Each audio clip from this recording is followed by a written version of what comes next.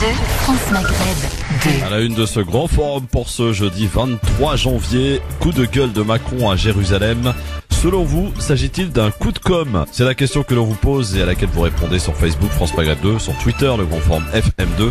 En nous appelant dans quelques instants 01 40 33 9000 pour en parler avec nous aujourd'hui. Céline Bory, journaliste, et Rudy Kazi seront de la partie. Les rendez-vous d'Anna aujourd'hui. On va découvrir l'univers du chanteur tunisien Al-Kif qui sera parmi nous tout à l'heure. Municipal 2020, un nouvel entretien d'admission aujourd'hui. C'est Sullivan Jous, candidat à Sevran, qui viendra passer son entretien à 17h30. Et le quiz actu en fin d'émission pour gagner des cadeaux offerts par la marque Sindid, une marque de vêtements moderne et urbain. Il suffit de vous inscrire par SMS, vous tapez FM2, votre numéro de téléphone important pour qu'on puisse vous rappeler en fin d'émission, ville et prénom, le tout envoyé au 72018. On vous appellera et on verra si vous parierez sur la bonne personne, sur le bon cheval. Entre Céline et Rudy, FM2, un espace, numéro de téléphone, prénom et ville, 72018. Tentez votre chance. J'ai, comme hier, un beau serwal et un beau t-shirt à vous offrir que vous recevrez à la maison si toutefois vous pariez sur la bonne personne, et je vous rappellerai en fin d'émission. Donc n'hésitez pas à vous inscrire tout au long de cette émission. FM2, espace, numéro de téléphone, prénom et ville, le tout envoyé au 72018, et rendez-vous en fin d'émission tout à l'heure.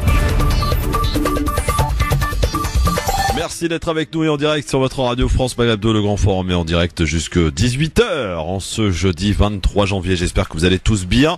Aujourd'hui, pour m'accompagner, Madame Céline Bory, journaliste. Bonjour Céline. Bonjour Christophe, bonjour à tous. Ah oui, d'accord, si je t'allume pas ton micro, ça va pas le faire. Non, vas-y, redis bonjour. Bonjour à tous, bonjour Christophe. Bonjour Céline, comment ça va? Ça va très bien. Accompagné de Rudy Kazi, comment ça va mon Rudy? Ça va très bien, moi. Le mien il fonctionne, c'est bon? Oui, c'est bon, impeccable. Okay, parfait. Ben, je vais bien, et toi Christophe, comment ça va? On va se parler entre nous dans un premier temps avec nos auditeurs, bien sûr, qui sont quelques milliers, quelques millions, voire, dans un instant. Et puis on aura un plateau assez diversifié, comme on les aime en fait dans le grand forum. On va passer de la politique à la chanson en recevant Al-Kif, donc un chanteur tunisien dans le cadre des rendez-vous d'Anna. Alors Anna sera pas parmi nous en studio, en plateau, mais par la magie de la technique sera avec nous, bien sûr, tout à l'heure, pour assurer son rendez-vous hebdomadaire. Le snob. Non, elle est malade, Mskina. Prompt établissement Anna, bien entendu. Bon, alors, Rudy Kazi, Céline Bory sont là. Oui. Ouais. Ils peuvent vous faire emporter des cadeaux offerts par la marque Sindid, marque de vêtements urbains et modernes. Comment faire? C'est tout simple, vous envoyez maintenant votre SMS. Vous tapez FM2, un espace, votre prénom, ville et numéro de téléphone. Le tout envoyé au 72018. On tirera au sort l'un d'entre vous tout à l'heure, un peu avant 18h, et vous aurez la lourde charge de choisir qui, selon vous, va gagner le quiz. Si vous avez vu juste, eh bien c'est un beau serwal et un beau t-shirt qui arrive à la maison offert par la marque Sindid chez vous, comme ça, gratos les amis. Juste vous envoyez un SMS pour vous inscrire. Il y a tout à gagner, il n'y a rien à perdre. Vous envoyez FM2, un espace, prénom, ville et numéro de téléphone, très important pour qu'on puisse vous rappeler tout à l'heure. Le tout au 72018.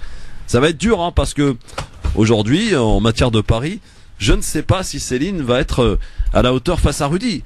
Ça fait longtemps que j'ai pas fait de quiz en plus. En plus, donc voilà. Non, tout va bien. Elle est forte, Céline. Ah, mais la dernière fois j'étais seule contre moi-même, du coup j'ai pas eu de quiz. Philippe Boyaki, qui suit absolument pas l'actualité, a gagné le quiz haut la main hier. C'était pas prévu d'avance, vous voyez. Bon. Ouais, mais Philippe, il est sur tous les terrains. Bien sûr qu'il suit l'actualité. Il fait des révisions. Il est l'actualité. C'est vrai qu'il est l'actualité lui tout seul. Bon, alors les amis, il est branché sur BFM TV. Il suffit de parier maintenant, enfin de vous inscrire d'abord. Vous tapez FM2 un espace, votre prénom, ville et numéro de téléphone, le tout envoyé au 72018. On vous tirera au sort tout à l'heure et vous serez parmi nous pour le quiz, pour nous dire pour qui vous pariez, et si vous avez vu juste, eh bien, vous repartirez avec ces beaux cadeaux offerts par la marque Sindid, une belle marque. Franchement, ils font des beaux vêtements, et on a à vous offrir donc un beau serwal et un beau t-shirt de couleur noire pour le t-shirt, de couleur bleue pour le serwal. Voilà. C'est vrai que ça va pas forcément ensemble, mais ça peut éventuellement servir. Allez, merci d'être avec nous sur France Maghreb 2. Le sujet du jour, Macron dans la peau de Chirac. We know perfectly, everybody knows the rules. I don't like what you did in front of me. Go outside, please. I'm sorry, but we know the rules. Nobody has to provoke nobody, okay? We keep calm. We had a wonderful work. You did a great job in the city. I do appreciate, guys. Please respect the rules as they are for centuries. They will not change with me. I can tell you. Okay? So everybody respects the rules. Please. Alors on explique la situation. En fait, Macron, tout comme Chirac d'ailleurs en 1996, se rendait dans cette fameuse église Sainte-Anne à Jérusalem qui appartient à la France. Et donc Macron, c'est sous gestion sécuritaire française depuis le 19e siècle. Et comme le tombeau des rois et d'autres. Exactement. Et donc ce qui s'est passé, c'est que les services de sécurité, enfin la police israélienne, a voulu rentrer avec lui et tout ça, et il leur a signifié que non, il n'avait pas le droit, qu'il était en sécurité, que ce bâtiment appartient à la France. Sauf que, et d'où notre question aujourd'hui, s'agit-il d'un coup de com'? Alors vous êtes 86% à le penser sur Facebook, autant vous le dire tout de suite. France Maghreb 2 pour voter, Twitter le grand forum FM2 pour nous appeler 01 40 33 9000. Sauf que moi il y a deux choses qui m'interpellent. D'abord, Macron parle très bien anglais et là il le parle très mal. Avec un accent. Voilà. Un accent à couper au couteau, c'est flagrant. À Chirac encore plus. Chirac, non mais Chirac à l'inverse de Macron parlait très mal anglais. C'était sincère à ce moment-là. C'était sincère. Et pourtant il avait passé quelques temps aux États-Unis. Hein. Et de deux, après un discours qu'il a tenu hier en Israël, en disant que dès lors que l'on était on remettait en cause l'État d'Israël, nous étions de facto antisémite. Il a voulu faire quelque part un peu oublier ce discours quand même qui était quand même assez dur. L'antisionisme, c'est comme l'antisémitisme. Voilà, c'est ça. Il a voulu faire son petit coup de com' pour qu'on ne retienne que ça. Sauf que ça n'a pas pris et que l'opposition s'est jetée à corps perdu pour lui avec le hashtag clownerie tout au long de la journée. Voilà. Coup de com' ou pas, Céline? Ah oui, coup de com' évidemment. Cet anglais avec cet accent complètement français, parisien. Alors qu'il parle très bien. Alors qu'on sait qu'il parle très bien anglais, donc c'est flagrant. À partir du moment où on voit que c'est exagéré et surjoué, ça ne peut être qu'un coup de com'. Alors, comme tu le disais à juste titre, il y a toute cette polémique sur le parallèle entre l'antisionisme et l'antisémitisme. Les propos de Chirac à l'époque au même endroit, c'était en 95. Je crois, avait un peu fait passer Chirac. Enfin, ça a été ses moments de gloire après dans le monde arabe, puisqu'il avait été porté au rang de héros. Oui. Et on se demande si ce jeu de rôle que joue Macron, c'est pas aussi pour essayer de rétablir son image dans le monde arabe, puisqu'on connaît, en tout cas, ses déplacements et ses positions par rapport à Israël, et notamment cette remise en question de la question de l'antisionisme. Est-ce qu'en parallèle, comme tu le disais à juste titre, ce coup de gueule, c'était pas aussi pour rassurer le monde arabe et en tout cas, ça n'a pas l'air d'avoir draguer pris. Un petit peu, non, oui, pas du tout. 01 40 33 9000 pour nous dire ce que vous en pensez. Est-ce que c'est un coup de com' de Emmanuel Macron, ce coup de colère qui a été à la une de tous les JT évidemment sur les chaînes d'infos, bien entendu. Alors qu'a dit auparavant Emmanuel Macron? Extrait de son discours. C'est très rapide, mais écoutez bien. Si pour la France, l'ombre noire de l'antisémitisme se répand, renaît.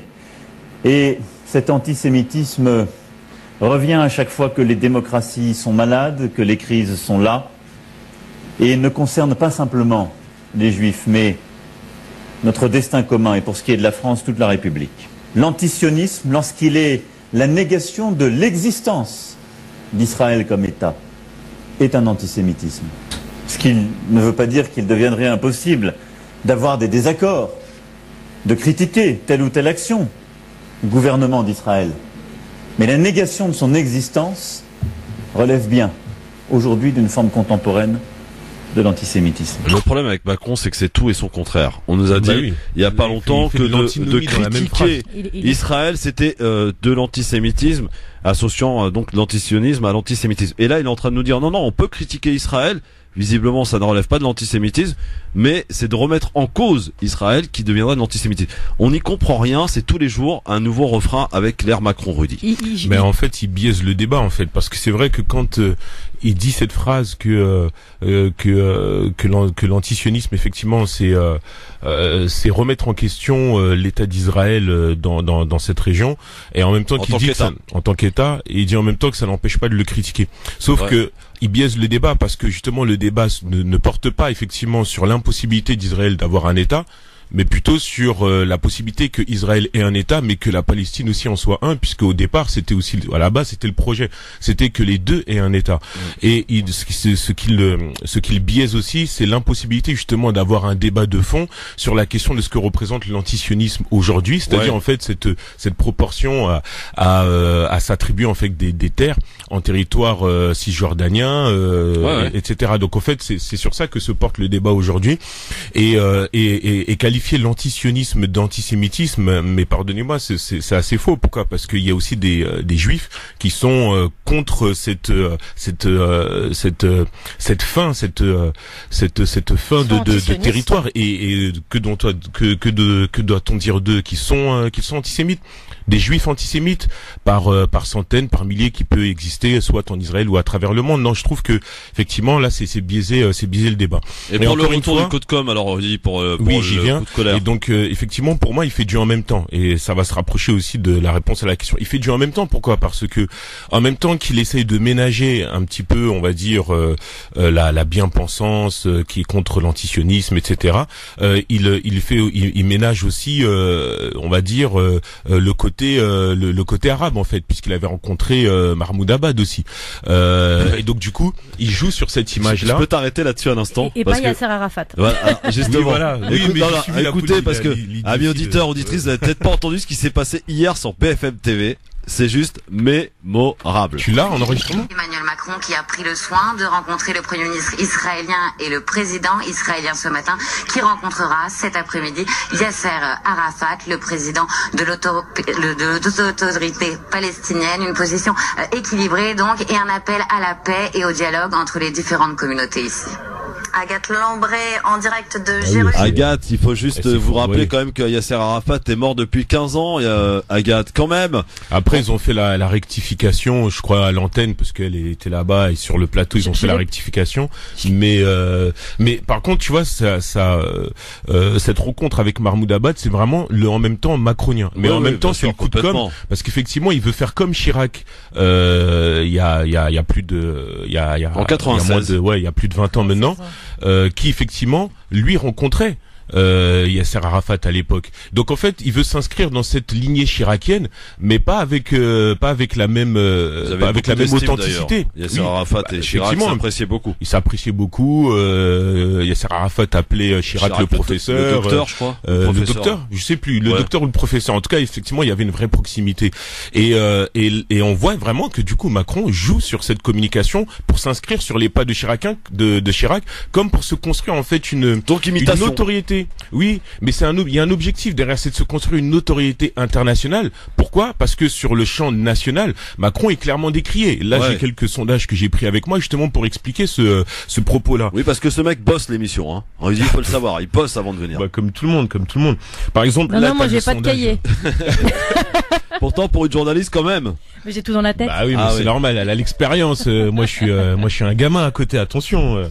Non, mais tu vois, par exemple, le sondage qui est sorti sur Macron, donc de Elab, de Bernard Sananès, qui est pas souvent sur BFM. Donc là, pour le coup, on dira pas qu'il y a un parti pris, parce que c'est assez à charge. Donc t'as 61% donc des Français qui pensent que Macron doit retirer la réforme actuelle. T'en as que 39% qui sont contre, et t'as 62% des sondés qui déclarent que l'action de Macron en tant que président est décevante. Et t'as 7 Français sur 10 qui pensent que Macron ne passerait pas enfin en tout cas en 2022 pardon. Donc tu vois, l'image de Macron, elle est complètement exécrable au niveau national. Et donc il se construit cette notoriété à l'international, mais exactement aussi comme le faisait Chirac, sauf qu'il n'a pas il n'a pas la même faconde, il n'a pas la même réussite, etc. Chirac, c'était un ancien à cette époque-là. Il avait déjà il était déjà éprouvé aux élections, sur le terrain. Voilà, c'était quelqu'un qui avait su se construire en fait une stature politique, une stature d'homme d'État, ce qui n'est pas le cas d'Emmanuel Macron, parce qu'il est encore assez novice dans ce domaine. Il y a un autre paramètre à mon avis à prendre en compte dans cette espèce de tentative de séduction d'Emmanuel Macron à l'égard des peuples arabes, puisque pour moi il y a clairement une imitation de ce qu'a fait Chirac il y a quelques années. Dans cette tentative ratée pour le coup, puisque clairement tout le monde a vu le jeu. Faudrait peut-être mettre en parallèle aussi le fait que ces derniers mois il est décrié par rapport à l'islamophobie qui monte en France. Alors Même si lui a eu des propos sur lesquels qui a été voilà son silence par rapport à ça. Le silence en dit long. Le silence sur ces médias et enfin cette montée de l'islamophobie dans l'Hexagone, se racheter à l'égard du monde arabe à l'international, c'est aussi peut-être pour lui le moyen de remettre au milieu de bien se faire voir, de bien se faire voir et de remettre la balle au centre. Mais il y a une autre chose qu'il faut voir, c'est que là c'est le contexte pour lequel Emmanuel Macron est parti en Israël, c'est les 75 ans de la libération d'Auschwitz, enfin qui sera effective en fait le 27, mais là qui a été fêté. Ouais, c'est le forum mondial de l'Holocauste là. C'est pas moins de 40 chefs d'État. Hein, c'est pas moins de 40 chefs d'État.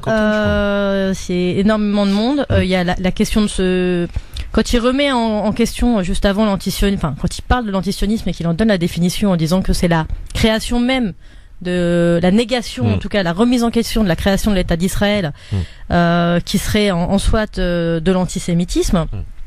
Quand cette libération d'Auschwitz est fêtée sur ce forum en Israël, c'est aussi légitimer cette création de l'État.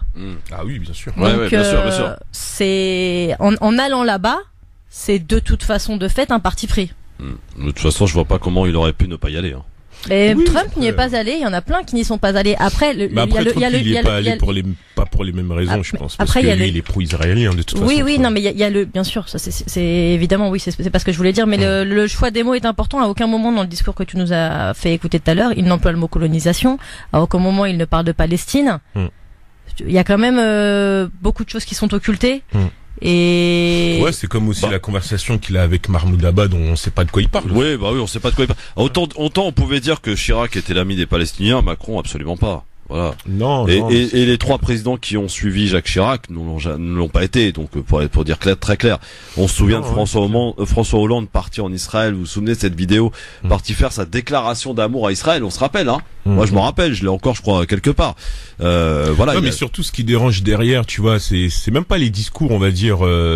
C'est l'absence de critique. Ouais, c'est l'absence de critique et surtout l'absence de soutien quant à la possibilité d'une création d'un État palestinien. C'est ça en fait qui pose problème, parce qu'à la limite que Israël ait un État, Israël a le droit d'avoir un État, mais le problème c'est qu'au moment où l'État d'Israël devait se former, l'État palestinien devait exister aussi. C'est ça le problème. Et donc du coup, ça n'en était allé qu'à coup de négociations pour que la Palestine puisse avoir son État, et puis avec tous les problèmes que ça a provoqué à l'époque. Ça a commencé dès le départ, les provocations, parce qu'on rappelle l'État d'Israël créé en 48, en 1950, t'as la Knesset qui a voté que Jérusalem serait la capitale d'Israël.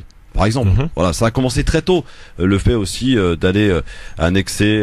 Dès le départ, il y avait ce rapport de force, etc. Alors que pourtant, les négociations internationales avaient pour condition la création aussi d'un État. Et ça s'est empiré évidemment pour la guerre des 6 jours en 67, où là, ça a été terrible. C'est-à-dire, voilà, bien entendu, 01 40 33 9000. Qu'en pensez-vous? Coup de com' ou pas de la part du président de la République Emmanuel Macron, parti pousser son coup de colère face aux policiers israéliens. Alors pour la petite info, quand même, c'est important de le dire, le policier sur lequel il s'est adressé un petit peu en colère, Macron hier, on a vu les mêmes images aujourd'hui, sauf que là il l'a pris dans les bras en s'excusant, tout va bien, machin truc, voilà. Donc super. En fait je me suis servi de toi pour faire mon petit coup de com'. T'inquiète pas, je te prends dans les bras, tout va bien. On est là, on est entre amis. Non mais faut juste arrêter de prendre les gens pour des cons, quoi. Moi je me pose la question par rapport à l'accent qu'il a pris. C'est vrai que l'accent il est vraiment pas bon, tu vois. Il est pas bon du tout. Mais est-ce que c'est parce qu'il s'est énervé qu'il a parlé, parce que tu sais c'est un peu comme les papas, les darons, tu vois, un peu du bled, tu vois. Ça parle bien français et tout. Parce qu'il y avait de l'émotion et que du coup. Peut-être, je sais pas. Regarde, réécoutons. Ça se fâchait. L'ombre noire. Ça reprenait l'accent, tu vois ce que je veux dire. Non mais il faut juste qu'on réécoute, parce que c'est quand même magnifique quand même. Écoutez bien, mesdames, messieurs, vous qui êtes dans votre voiture à l'écoute de votre radio, Emmanuel Macron parle très bien anglais. D'ailleurs, il a vécu aux États-Unis. Enfin, son accent, je trouve qu'il est pas bon. Mais j'ai jamais aimé son accent. Même Chirac, je crois qu'il était encore mieux. Écoutez quoi. We know perfectly, everybody knows the rules. I don't like what you did in front of me. Go outside, please. I'm sorry, but we know the rules. Nobody has to provoke nobody, okay? We keep Il a fait des interviews entières en anglais, à la télévision américaine, Macron. Quand il travaillait à Rothschild, il était en Angleterre. L'avantage, du coup, c'est que cet accent a coupé au couteau. Du coup, tout le monde peut comprendre ce qu'il dit, y compris les gens qui maîtrisent pas très bien l'anglais. C'est tellement articulé que tout le monde comprend. T'as vu comment il appuie sur les R? C'est ça qui est pas habituel, parce que habituellement, il les mâche pas, tu vois, il roule pas les R, quoi, tu vois, mais là, il écrase le R. C'est vrai que c'est là où on a l'impression que c'est surjoué. Et de toute façon, c'est surjoué ou pas, c'est une opportunité qu'il a saisie pour sa communication. Et on sait que il est très fort dans ça. C'est vraiment s'il y a vraiment quelqu'un qui maîtrise la communication. Alors après, ça marche pas, c'est bien Emmanuel Macron. Coup de com' ou pas, vous continuez de voter. 86% pensent que oui, sur Facebook France Maghreb 2 pour voter. Sur Twitter, le score est à peu près identique. Le grand forum FM2 pour voter, et on nous appelle aussi pour nous donner votre avis qui nous intéresse au 01 40 33 9000. On parle d'Emmanuel Macron et de son coup de colère hier en Israël. 01 40 33 9000, c'est gratos et vous pouvez vous exprimer évidemment, parce que la liberté a n'a plus de secret pour personne dans cette radio. Donc allez-y, profitez-en, exprimez-vous. Et puis on vous offrira des cadeaux, je vous rappelle, tout à l'heure, à partir de un peu avant 18h, à la fin de l'émission, puisqu'il y aura le quiz de l'actualité qui va opposer Céline Bory à Rudy Kazi tout à l'heure. Qui va gagner ce quiz? Vous avez peut-être votre petite idée.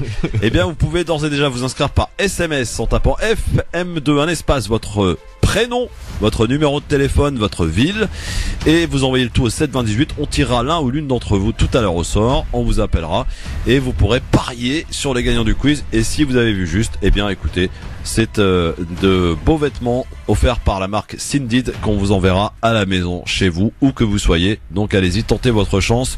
Un saroual et un t-shirt à vous offrir, offert par Sindid. C'est une boutique qui est du côté de Garges-les-Gonesse, et vous pouvez aller voir d'ailleurs sur le www.sindid.com. France Maghreb 2, France Maghreb 2. Merci d'être avec nous en direct sur France Maghreb 2, c'est le grand forum évidemment ce jeudi après-midi. Soyez les bienvenus avec Rudy Kazi, avec Céline Bory qui sont avec nous aujourd'hui.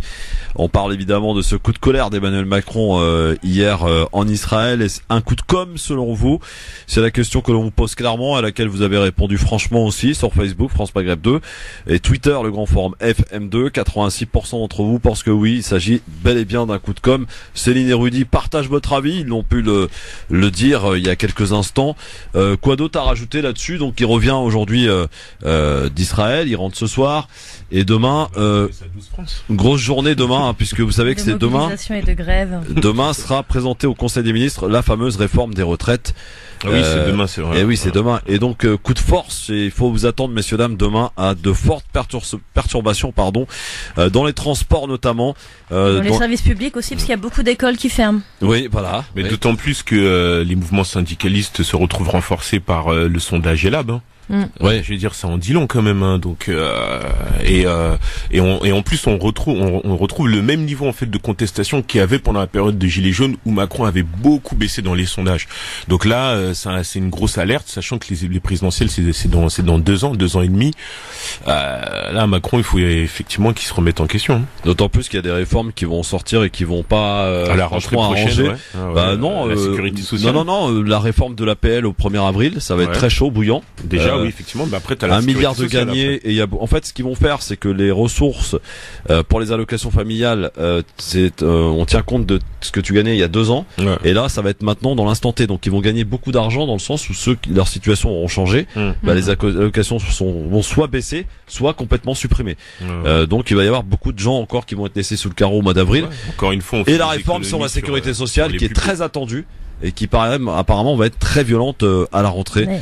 Et puis là, il y a une contestation interprofessionnelle, c'est-à-dire qu'on a des avocats, on a les professionnels de santé. C'est inédit d'ailleurs, tous les barreaux en grève. Ouais, on voit des chefs de service dans les hôpitaux qui menacent de démissionner.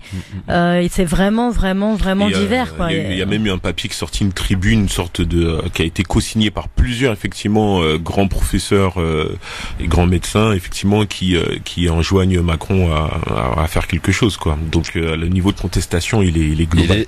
Il est vraiment global. À son maximum, absolument. En tout cas, on va voir comment il va s'en sortir. Il y a les municipales aussi au mois de mars, Et En Marche tient quand même à essayer de gagner Après, pour les municipales, c'est différent parce que la stratégie d'En Marche, c'est encore une fois en fait de faire des alliances en fait. Donc soit de débaucher des barons de la droite ou des barons de la gauche, ou bien de faire des alliances au niveau local, quitte même à faire des alliances sans que le logo En Marche soit affiché. C'est ça, mais ça c'est un document officiel. On appelle des alliances en soum-soum. C'est ça. Alors on va voir si ça va prendre ou pas. En tout cas, il y en a effectivement. On a En Marche a demandé clairement aux candidats qui étaient pas franchement en terrain conquis de cacher le logo En Marche, hein, pour essayer justement de pas trop les mettre en difficulté. Mais Paris est symptomatique de ça. Hein. Là, alors vous savez, oui. Alors Villani, ça y est, on a demandé son exclusion. Hein. Apparemment, on menace. Et il a dit que, en fait, on l'a menacé de retirer sa candidature sous peine de quoi il serait expulsé du parti. Ce qui serait une belle connerie pour moi. Hein. Voilà. Bon. Et il a dit que non, qu'il maintiendrait sa candidature jusqu'au bout, etc. Donc, de toute façon, c'est sûr que Griveaux ne gagnera pas Paris. Enfin, en tout cas, je pense qu'il aura du mal à gagner. Dans les sondages, il est très mal barré. C'est encore mort. Pour l'instant, dans les sondages, d'après le dernier sondage, IFOP, 25% pour Hidalgo, 19% pour Rachida Dati et seulement 17% pour Griveaux. Pour Villani. Talonné de très près par les Verts. Voilà. Donc une dispersion de voix terrible qui fait que Griveaux ne gagnerait pas. De toute façon, même s'il avait Villani, est-ce qu'il gagnerait, sachant que Griveaux fait plutôt une campagne plutôt à droite, et on sait que les grandes villes se gagnent plutôt à gauche ou au centre. Donc peut-être que Villani a fait le bon choix. Hein. On va laisser de côté la politique un instant, puisque voici l'heure des rendez-vous d'Anna. Bonjour Anna. Bonjour Céline, bonjour nos chers auditeurs. Bonjour Anna. Allez, pas avec nous aujourd'hui Anna, comment ça va? Ça va, je vais bien, je vous remercie. J'aurais aimé être avec vous, on a passé la semaine à bosser, à couvrir la Paris Fashion Week. D'ailleurs, on remercie nos chers auditeurs qui ont regardé les vidéos live qu'on a partagées sur la page Facebook de Christophe le Grand Forum. Vous avez été nombreux à nous envoyer des messages, à nous écrire des commentaires. Merci beaucoup, c'est très encourageant. On vous fera encore plus de belles choses à l'avenir. Elle est partout, mais Anna. Aujourd'hui, je n'ai pas pu être au studio, malheureusement. En fait, j'ai même cru que t'étais au défilé d'Yves Saint Laurent. Hein. Franchement, j'ai cru. Mais en fait, Anna, c'est la Philippe au féminin. C'est exactement, tu me l'as ôté de la bouche. C'est ça. Voilà. Et c'est bien d'avoir des gens comme ça aussi dans l'équipe, très très bien pour faire vivre les événements à ne pas louper. Alors, ma chère Anna, je te laisse présenter ton invité aujourd'hui. Mon invité aujourd'hui nous vient du pays du jasmin, de la Tunisie. Il est auteur, compositeur et interprète, chanteur urbain, une véritable star montante. Il s'appelle Alkif et il porte vraiment son surnom. Alkif, ça veut dire tout va bien. Bonjour Alkif, merci d'avoir accepté mon invitation. Bah écoute, tout le plaisir est pour moi et franchement... Wow, quelle voix radiophonique. Wow. Ça commence bien. C'est fait pour la musique. C'est fait pour chanter. Ouais, là, mais ça me fait vraiment plaisir d'être on va laisser chanter pendant 30 minutes, ça ira je pense. Ouais, voilà. Ça fera plaisir aux auditeurs. Sois le bienvenu Alkif en tout cas. Merci, franchement je suis super content d'être là et vraiment c'est sincère, vraiment. Merci à toi. Alkif, est-ce que tu te qualifies comme chanteur R&B? Pas vraiment parce que de ma sonorité musique, en fait, de ce qu'on entend dans ma musique, surtout au niveau de l'instrumental, ça vient un peu de partout. En fait, c'est vraiment ma double culture française et maghrébine africaine, on va dire plus africaine. Donc du coup, R&B, je sais pas, je pense pas. Moi, je pense pas, non. Alors, est-ce que tu as chanté ou pourquoi tu n'as pas chanté justement un petit peu le Tounsi Sha'bi à la Lotfi Bouchner, etc. Parce que tout simplement. Avec le Mezoued. Ouais. En fait, je découvre la culture tunisienne. Je connais pas encore vraiment. J'ai fait connaissance cet été avec cette musique-là. J'écoutais plus de l'oriental vraiment ou du rail. Mais le Mezoued, ça, j'ai écouté un ou deux classiques qui sont faits en Tunisie, mais c'est pas ma culture en fait. Mais je découvre petit à petit, et puis voilà, pourquoi pas à venir. Mais justement, l'idéal, c'est de porter justement la chanson tunisienne à l'international. Vous savez, il y a la chanson algérienne L'Eswoud Magrouni. C'est une chanson qui existe depuis je ne sais combien d'années, vraiment extrêmement longtemps. En tout cas, ça fait partie de Tourat, l'Algérien, et elle a été reprise récemment et ça a donné quelque chose d'extraordinaire. Pourquoi pas? Après le truc c'est que moi j'ai un énorme respect, mais vraiment un big respect pour les Taurats, parce que et en fait c'est peut-être la peur aussi de prendre un très grand classique de chez moi, et c'est peut-être le temps de s'adapter en fait, le temps de vraiment faire connaissance avec cette musique, et puis faire quelque chose vraiment pour que les gens comme moi qui vivent en France et en Tunisie qui se reconnaissent aussi dedans. Peut-être qu'on t'aura donné une idée en tout cas. Aujourd'hui, on attend que tu nous fasses quelque chose okay. Pour les jeunes. Avec plaisir. Et pour les vieux aussi. Alors, Al-Kif, en fonction de quoi tu choisis les thèmes que tu chantes, vu que c'est toi qui les écris généralement? Ouais, c'est tout moi. Je compose mes musiques et puis j'écris mes titres. Si tu veux, c'est un peu le quotidien. Hein. C'est aujourd'hui, on va dire, je me qualifie en tant que rappeur, chanteur urbain. On est un peu, je fais un peu ton job, tu sais. Je suis un média et puis voilà, je parle de tout ce que je vois, de ce que je peux ressentir. Des textes engagés un peu, Al-Kif, ou pas? Ouais, bien sûr. Est-ce que par exemple la situation en Tunisie t'a un peu inspiré? On va dire que j'ai enregistré un titre. Ouais. Et ce titre-là, en fait, du coup, comment vous dire ça? Je voulais vraiment le défendre. Et j'avais pas les moyens pour le faire, mais voilà, après la musique en Tunisie a changé, et puis tout ce qui... Il y a pas mal de choses qui ont changé en Tunisie quand même. Ouais, exact. Et du coup, en fait, les gens ont pas oublié, mais voilà quoi, la révolution c'est derrière, et maintenant faut avancer, et puis voilà qu'on va pas en reparler encore quoi. Je préfère mieux parler d'un futur. D'autres chanteurs maghrébins ont surfé justement sur la vague des manifestations, de la situation politique au pays. On peut citer Soul King, c'est un exemple. Il est devenu une star internationale parce qu'il a sorti au bon moment Liberté, Guérilla, etc. Sauf que ça a pas mal tourné pour lui après. Ça aurait été peut-être une bonne stratégie pour toi aussi, pour que tu en fait le truc c'est que en fait je fonctionne absolument pas avec les stratégies en fait. C'est ça le truc, c'est que ma musique... Il est pas stratège, Al-Kif. Voilà. Du tout. Je fais vraiment en fait la musique, d'où le nom Al-Kif en fait. C'est que vraiment je fais ça vraiment avec un feeling. Est-ce que tu kiffes? Ouais, bien sûr. Pardon, c'était facile. Ouais. Pardon, il fallait que je la place quelque part. Mais ouais, après moi j'ai pas vécu les révolutions en Tunisie. J'ai le titre, j'espère Inch'Allah qui sortira un jour. J'ai vraiment écrit ce titre-là. J'ai essayé de ressentir ce que le peuple pouvait ressentir. Donc moi j'y étais pas. Pour vraiment, donc c'est pour ça que je l'ai senti un petit peu, on va dire, je sais pas comment t'expliquer, c'est comme si je te raconte les problèmes de chez toi, mais je les ai pas vécus, et moi j'ai énormément de mal vraiment à écrire des titres surtout comme ça en fait, vraiment des choses engagées que j'ai pas vécues. Mais même en étant loin, on reste toujours attaché. Bien sûr, je suis très attaché. À notre pays. Bien sûr, je suis vraiment. Pour la petite anecdote, ça faisait un moment que j'étais pas rentré en Tunisie, et du coup, j'avais fait un titre avec un artiste de là-bas sur un malentendu. Je suis allé clipper là-bas. Le titre est sorti très rapide et ça a fait les tendances. Donc du coup, il y a une tournée qui s'est installée là-bas, et c'est pour ça que je suis resté 6 mois en Tunisie. Mais je découvre mon pays natal, et franchement, voilà quoi. C'est pour ça que je suis resté un bout de temps là-bas, pour découvrir aussi ma culture, etc. au niveau de la musique, et vraiment d'essayer de ramener une espèce de fraîcheur, et de faire découvrir aussi la musique tunisienne à nos voisins, à la France, à tout le monde quoi. On va demander à Rudy et Céline s'ils connaissent un peu la musique tunisienne, et si éventuellement ils ont une petite question à notre artiste invité aujourd'hui dans les rendez-vous d'Anna, Al-Kif, chanteur que vous allez découvrir. Je vais essayer de faire pression auprès du directeur de la programmation pour te faire rentrer en playlist. Ouais. Ah oui, ce serait bien quand même. Ah oui, il le faut. Ouais, il le faut. Mais il va falloir que je le soudoie un petit peu, mais bon, ça devrait s'arranger. Céline? Moi, ce que je connais de la musique tunisienne, c'est que au début, j'ai eu la chance d'être invité dans un mariage tunisien. Ah oui. C'est très difficile de danser.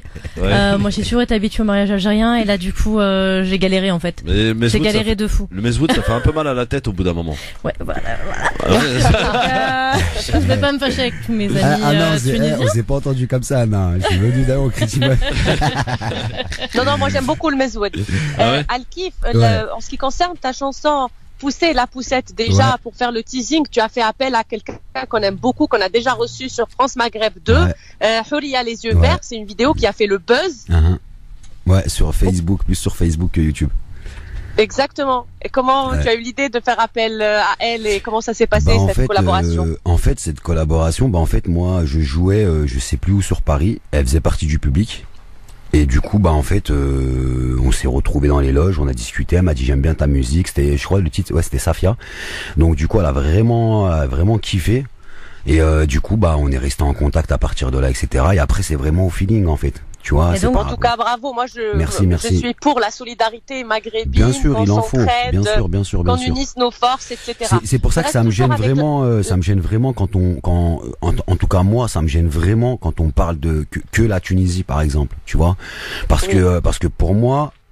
Déjà dans ma tête c'est vraiment l'Afrique et quand je parle de la musique maghrébine, franchement pour moi c'est le Maroc, Algérie et Tunisie. Maghreb United. Ouais, c'est ça exactement. Je suis vraiment dans ce concept-là, mais vraiment. Encore une anecdote, je suis allé en Tunisie, j'ai fait des plateaux télé là-bas, j'ai fait des radios, etc. Tout le monde me prenait pour un Algérien, il me disait mais comment ça t'as un accent algérien ou marocain? Je leur disais moi j'ai grandi dans une cité en France, je suis né en France et puis mes voisins c'était des Algériens, des Marocains, des Tunisiens et du coup en fait même mes amis algériens quand ils rentrent parfois dans leur pays, on leur dit mais t'as un accent marocain ou t'as un accent tunisien, tu comprends? Donc moi c'est vraiment voilà, mon pays à moi, c'est le quartier où j'ai grandi avec toutes ces cultures et voilà, c'est vraiment ce que je prends. Parce que le quartier est une nation.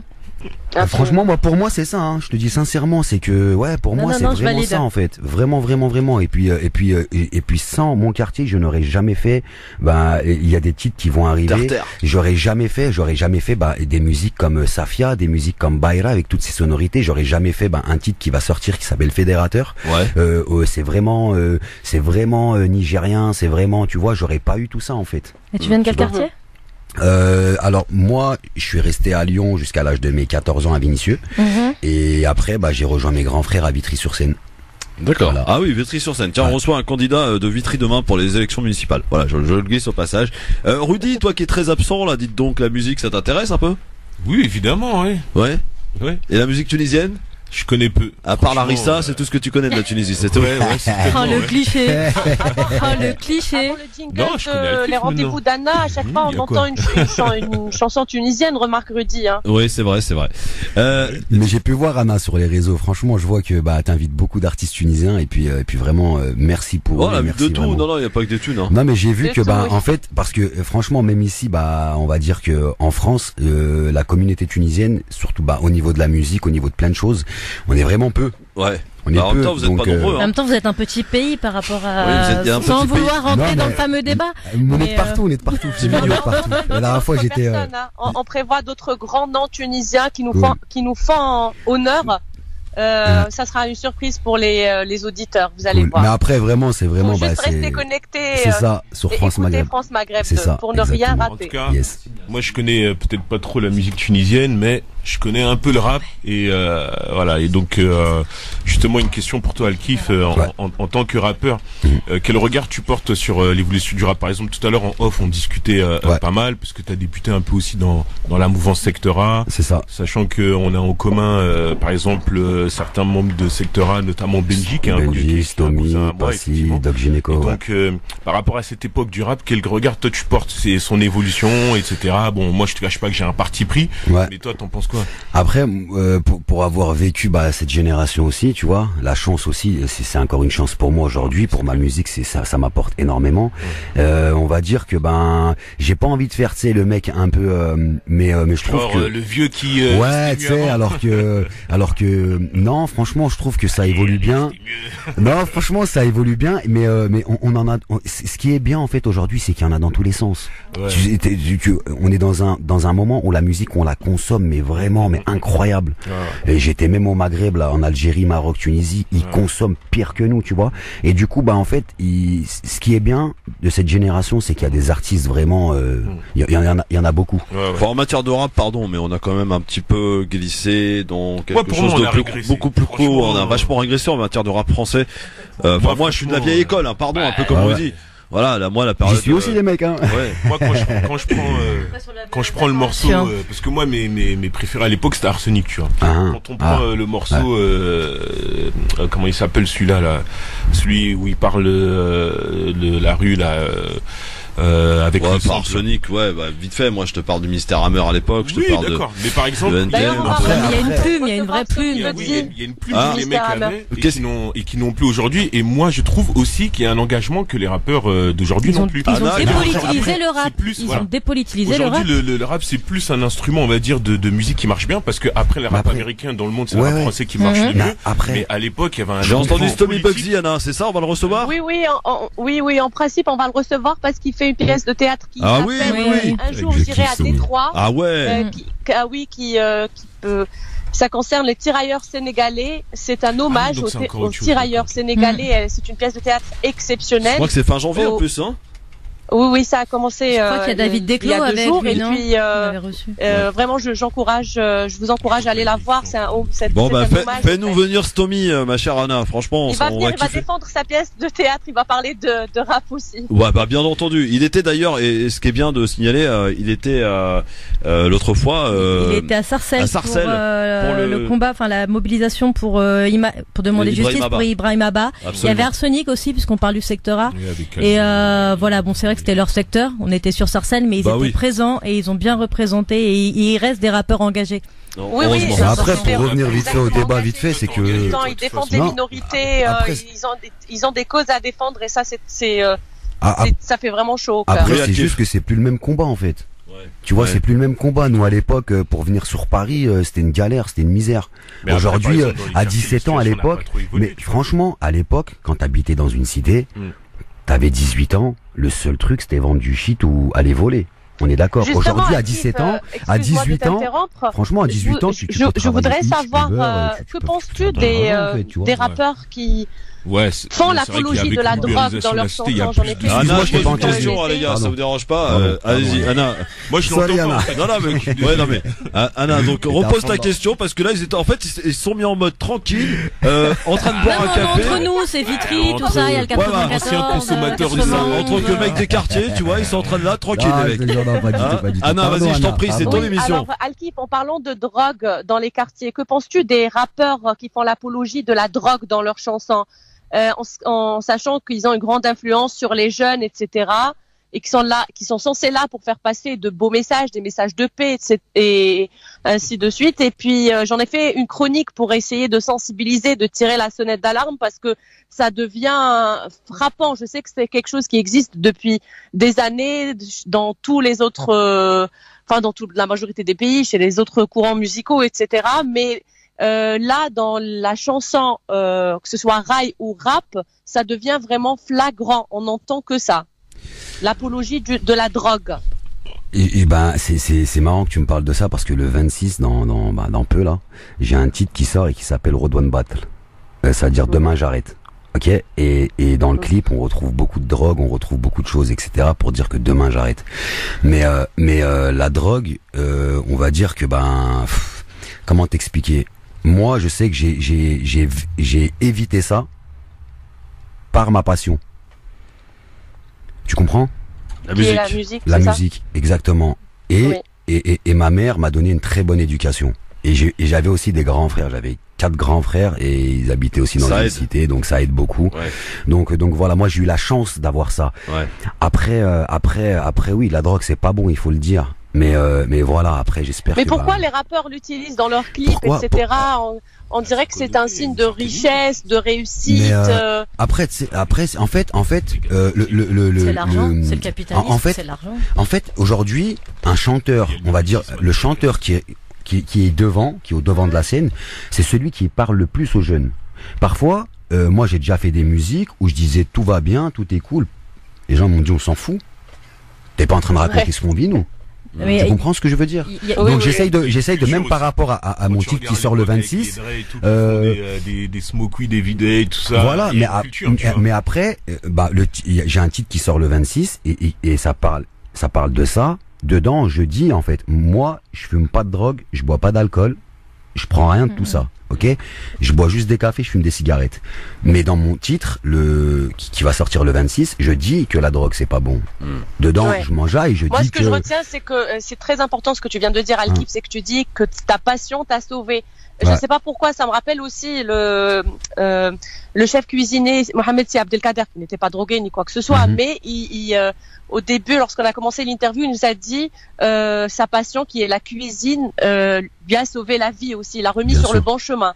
Donc là, le message qu'on peut adresser aux jeunes, c'est que trouver des choses utiles et intéressantes à faire. Exactement. Et soyez passionnés et occupez-vous à c'est ça, parce que rester en bas d'un votre vie, à exercer votre passion au lieu de faire n'importe quoi, au lieu d'avoir énormément de temps libre et de se retrouver à faire n'importe quoi. Dans un instant, Anna, on termine avec le portrait chinois de notre invité Al-Kif qui est avec nous. Je pense qu'on va bien se régaler avec le portrait chinois. Et puis à suivre aussi, mesdames, messieurs, dans un instant, on va changer de plateau aussi pour parler politique, puisqu'on va aller du côté de Sevran. Ah ouais, c'est les quartiers aussi, Sevran, hein. Sevran-Livry, Sevran-Bodot, tout ça, avec Sullivan Jousse qui sera notre invité. Il est candidat à la mairie de Sevran. Dans un instant, sur France Maghreb 2, soyez les bienvenus. Je le rappelle, le quiz en fin d'émission, Céline Bory sont là. Céline Bory, elle est là. Rudy Kazi, il est là. Ils vont s'affronter tout à l'heure. Bien entendu, pour s'affronter au quiz. Qui va gagner selon vous? Vous vous inscrivez et vous pourrez parier et vous pourrez gagner des cadeaux offerts par la célèbre marque Sindid en fin d'émission. 72018, prénom numéro FM2, prénom numéro de téléphone ville 72018 pour nous envoyer tout cela. On vous tire au sort avant la fin de l'émission. Le Grand Forum, merci d'être avec nous et en direct sur votre radio pour la fin de cette émission des rendez-vous d'Anna, bien sûr, dans le Grand Forum, purement et simplement intégré, bien entendu, comme on les aime. Son invité Al-Kif, chanteur que vous allez découvrir. Ça y est, apparemment, c'est quoi ton producteur, ton manager? C'est quoi Al-Kif qui t'accompagne? Alors c'est mon équipe, je les ai pas présentés. Ton équipe. C'est mes associés, c'est Agraba Music. Ils ont fait le boulot apparemment, ça y est, ils ont réussi à soudoyer le mec qui s'occupe de la prog à la radio. Ah c'est cool, Donc vous allez entendre Al-Kif à la radio, hein. Anna, c'est bon. Ah bah je suis ravie. Bon, alors Anna, une dernière question, s'il te plaît. Ok, une dernière question. Al-Kif, est-ce que tu as quelque chose contre les femmes? Parce que généralement, les chanteurs, ils essaient de chanter des sujets qui font plaisir aux femmes pour les avoir. On sait très bien que le public féminin est important. Et toi, tu chantes Bayra. Moi, alors. Est-ce que tu sais que c'est une insulte? Et la chanteuse égyptienne Shirin, pour avoir dit ça en public, elle s'est fait interdire de s'exprimer et elle a été sanctionnée. Alors, je vais t'expliquer. Alors, on parlait de séduire les dames. Comme je t'ai dit tout à l'heure. D'ailleurs, entre parenthèses, tu as fait le clip Bayra avec une personne aussi qu'on a reçue sur France Maghreb 2, qui est la présentatrice télé tunisienne Hanan El-Ush. Ah ouais, magnifique. Franchement, c'est ma sista. Ah oui, je lui passe une grosse dédicace. Vraiment, c'est l'une des personnes qui m'a vraiment expliqué comment était au niveau du business de la musique, etc. Et franchement, je lui passe je l'embrasse très fort. Exactement. Et ce qu'elle fait, c'est magnifique. Alors, c'est quoi cette histoire avec les femmes là? Alors, Bayra, en fait. Alors sur YouTube, les gens ont vu, on m'a taclé de malade. On m'a taclé sur ce titre-là, mais on m'a mais même les médias en fait, ils ont lu juste le titre. Ils ont pas écouté les paroles. Mais dis-leur pour ceux qui savent pas ce que c'est Bayra, Bayra, c'est une vieille fille en fait. Qui ont dépassé un certain âge. Ah bon, j'en connais moi. Oui, ils sont pas mariés. Oui, mais attends, Alors je t'explique. Je te jure que j'ai rien contre les femmes. Au contraire, moi, même dans mes musiques, il y a pas, même dans mes clips, il y a pas d'image. Tu sais, je suis pas dans ce créneau-là. Mais en fait, c'était, autour de moi, il y avait que ça. Je voyais que des filles qui étaient, qui avaient un certain âge, mais pas mariées. Mais en fait, je voulais dire dans le morceau, les femmes indépendantes, en fait. Mais Bayra, tu sais, moi, je suis né en France. Et j'ai grandi ici. Quand j'entendais Bayra, ça me faisait rire, tu vois. Je l'avais pas pris. Et quand je suis allé là-bas, ça fait pas rire les femmes. Quand oui, même, exactement. Mais je l'ai compris après, en fait, Anna. Tu as aussi poussé la poussette où tu racontes l'histoire d'un mec, des mecs qui se font piéger par les femmes, en gros, qui leur font des enfants dans le dos. Non, t'as pas compris le titre, Anna. Non. Pousser la poussette, tu demanderas à Ouria les yeux verts. Pousser la poussette, je te jure, je l'ai fait pour dire les mecs, il faut assumer. Tu viens mettre une disquette à une fille, elle tombe enceinte. À la fin, il faut assumer. Donc, tu pousses la poussette. Donc, faut. Défenseur des droits des femmes. Exactement. Et même dans Bayra, je parle plus jeune dans Bayra. Je leur dis, faites attention. Aujourd'hui, t'es là, t'es belle, etc. À un moment, tu pourrais plus t'acheter de maquillage, visage, machin. Donc, même s'il a un peu de ventre, vas-y, tu vois. Fais des alors, choses on y va tout de suite. On termine. Anna, revois tes critères à la baisse. Juste un petit truc. C'est vrai que c'est représentatif d'une situation dans les quartiers que nous on n'a pas connu dans les années 90. Alors, Anna, s'il te plaît, le portrait chinois pour terminer, s'il te plaît. Ali, portrait chinois. Si tu étais un instrument de musique. Piano. Si tu étais une chanson. Dalida. Non, c'est une chanteuse, c'est pas une chanson, Dalida. Pardon, excuse-moi. Parole, d'accord. Ouais. Non, excuse-moi, Wahran Chepkhaled. Pardon. Bon choix. En plus, moi, je viens d'Oran, donc merci. Si tu étais une chaîne télé. Une chaîne télé? Une chaîne télé, aucune. Aucune. Si tu étais une voiture. Un 2 chevaux, tu sais, à l'ancienne. Ah ouais. Ok. Si tu étais un chanteur français. Jean-Jacques Goldman. Ah ouais. Tu marches seul ou pas? Seul. T'es en forme, Christophe. Si tu étais un plat. Ah, il va nous sortir le couscous poisson. Ah ouais. Mlochea. Voilà. Si tu étais une pierre précieuse. Une pierre précieuse. Réponds Anna. Une pierre précieuse. Et où mon équipe? Une pierre précieuse. Tricheur. Oui. Je sais pas. Si tu étais une arme. Une arme. Je sais pas si le cœur peut être une arme. Bah si. Le cœur. Ouais, c'est la plus belle des armes. Des destructeurs, hein. Ouais. C'est ça. Alors, si tu étais un rappeur américain. Ah. Tupac. Ouais. J'espère que t'en as pas la même. Je suis un pack, moi. La même chute. Exactement. Oui. Moi, j'ai fini. Merci beaucoup, Alkif, d'être venu nous voir. Merci en tout cas. Merci à Anna Kézarbocaz. Anna, ton prochain invité, c'est quand et c'est où? Enfin, c'est sur France Maghreb 2, bien sûr. Ma prochaine invitée, ça sera jeudi. Elle arrivera du Maroc jeudi prochain. Et c'est un médecin, elle est dermatologue. Ah, c'est bien pour celui qui a des boutons. Parce qu'elle est aussi influenceuse. Ah. Elle est influenceuse dans le domaine médical. Très bien. Eh bien, rendez-vous la semaine prochaine, ma chère Anna, à partir de 17h dans les rendez-vous d'Anna. Soigne-toi bien, ma Anna, et merci beaucoup. Merci beaucoup. Bonne soirée, à bientôt. Ciao, Anna. Alkif, merci beaucoup d'être venu. En tout cas, on a passé un bon moment. Merci t'es pas venu pour rien parce qu'on va t'entendre. Les auditeurs, auditrices de France Maghreb 2 vont t'entendre dans la playlist. Je suis ravi, vraiment. On m'a fait signe que oui. A priori, il a validé. Hein, notre ami qui s'occupe de la programmation musicale que je salue. Et voilà, très sympa. Merci beaucoup, Alkif. À très bientôt. Merci à vous. À très vite. Merci à vous. On va changer de plateau. Faites venir notre invité suivant, s'il vous plaît. Voilà. Ah, j'adore ça, moi. Quand ça bouge, ça change, c'est rythmé. Le temps pour moi de vous rappeler, bien sûr, que vous allez pouvoir, parier et gagner des cadeaux offerts par la célèbre marque Sindid. Des cadeaux, notamment un Serwal et un beau t-shirt à vous offrir. C'est très simple. Vraiment, il y a rien de plus simple comme en matière de jeu. Il n'y a pas de questions à répondre, il n'y a rien. C'est tout simplement, vous envoyez votre SMS, vous tapez FM2, un espace, votre prénom, ville, numéro de téléphone et vous envoyez le tout au 7 20 18 et vous serez évidemment sélectionné tout à l'heure en tirage au sort et il vous suffira juste d'essayer de parier, de trouver celui ou celle, parce qu'ils sont deux, Céline ou Rudy, qui vont gagner le quiz en fin d'émission. Donc rendez-vous tout à l'heure les amis, avant 18h pardon. Donc inscrivez-vous maintenant, c'est FM2, un espace, votre prénom, votre ville et votre numéro de téléphone, bien entendu, et vous envoyez le tout au 7 20 18. On compte sur vous, bien entendu. Tout comme répondre à la question du jour, continuez sur Facebook France Maghreb 2, sur Twitter le grand forum FM2. La question est la suivante: le coup de colère de Macron, est-ce un coup de com' selon vous? Eh bien vous répondez là aussi sur Facebook. Vous êtes 86% toujours à le penser. Facebook France Maghreb 2, Twitter le grand forum FM2. On parle des municipales les gars, on y va, c'est parti, on est prêt? Tout le monde est bon? Allez, jingle. France Maghreb 2, le grand forum spécial municipal 2020, l'entretien d'admission.